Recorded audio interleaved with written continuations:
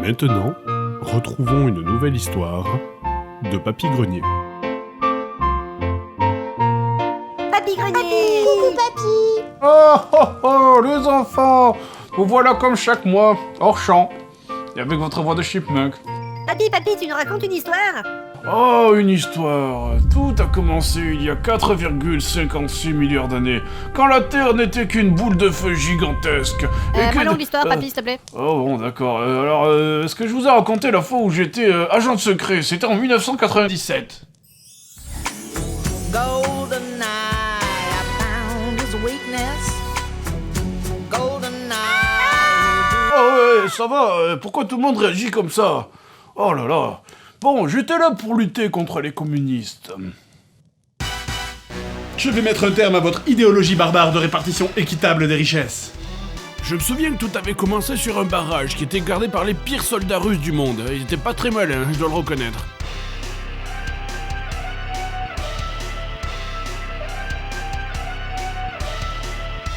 Attends, y'a quelqu'un là. Je suis presque sûr qu'il y a quelqu'un là. Attends, merde. Faudrait que je vois ces chaussures pour être sûr. Mais quand même, c'était des vrais soldats. On leur avait appris à ignorer la douleur. Tant qu'ils ne voyaient pas l'ennemi, ils restaient fidèles à leur poste. Aïe, tiens, merde, bordel de... Bon, c'est sûrement un insecte. Oh tiens, y'a du vent. Cela dit, quand ils voyaient, ils devenaient des vraies machines à tuer, hein. Je me souviens de leur mode opératoire. C'était toujours la même chose. D'abord, ils te braquaient, après ils arrêtaient, ensuite ils faisaient un pas de côté, ensuite ils te rebraquaient, ils se mettaient à genoux et ils faisaient une roulade. Tu m'étonnes qu'ils étaient faciles à tuer. Ouais, j'avoue que des fois je me demandais s'ils en rajoutaient pas un peu exprès, hein. Bon, c'est-à-dire les gars, c'est que j'ai un pote à moi en fait qui a un gros problème, hein. Il se prend pour un agent secret. Donc voilà. Donc soyez sympa avec lui et rentrez dans son délire, hein. Voilà. Mais surtout, essayez de mourir de façon subtile et naturelle, ok?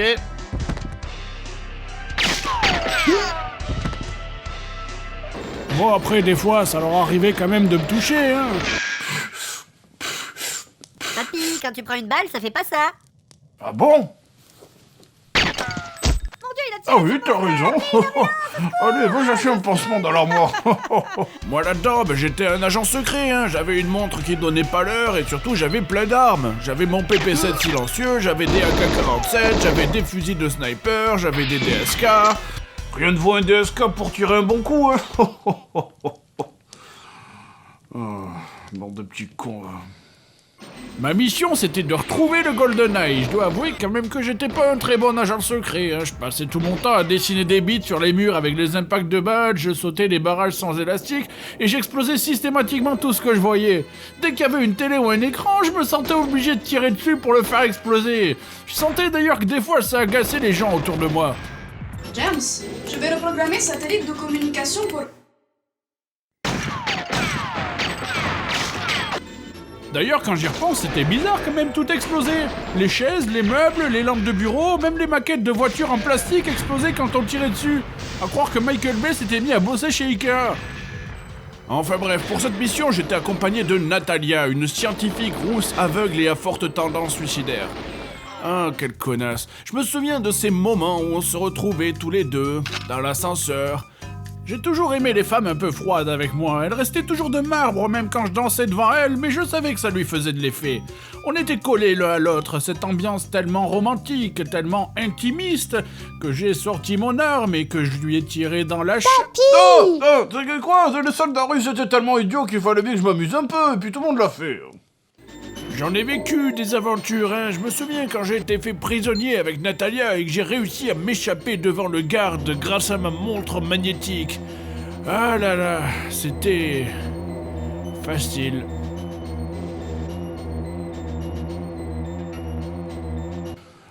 Mais bon, des fois on croisait d'autres agents, ils venaient des quatre coins du monde. Des fois, c'était un peu bizarre. Il y avait des soldats russes, des nains avec des hautes formes, des mecs chelous en chemise hawaïenne. On connaissait pas bien la procédure, alors on agissait à l'instinct. C'est vrai que j'ai toujours trouvé ça bizarre, moi, dans le manuel. Je me souviens de Dédé la science, il aimait bien poser plein de mines, il en foutait sur les gilets pare-balles, il en mettait dans les angles des portes, et surtout, valait mieux pas aller aux toilettes après lui parce qu'il en foutait partout. Des mines. D'accord. Il y avait aussi Riton le passe-muraille, c'était la victime, hein, c'était le mec qui se cachait tout le temps. Mal. Un sacré phénomène, ce Riton. Il aimait bien se cacher et cacher les trucs des autres. Il poussait les gilets pare-balles dans les murs, il était un peu coquin. Mais bon, t'es encore trop jeune pour connaître les armes, toi, hein. Tu devras attendre d'être au collège public pour ça. La violence entre amis, ça s'explique pas. Il faut la vivre. La violence, des instants inoubliables. Papy, tu gagnais toujours? Oh, pas toujours, mais bon, n'oublie pas, hein, l'important c'est pas de gagner. L'important c'est d'humilier son adversaire.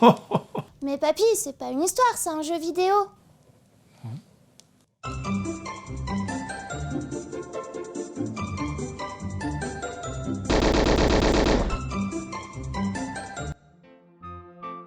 Non? Papy, allez, raconte encore une histoire. Oh, bien sûr, mais ça sera pour la prochaine fois.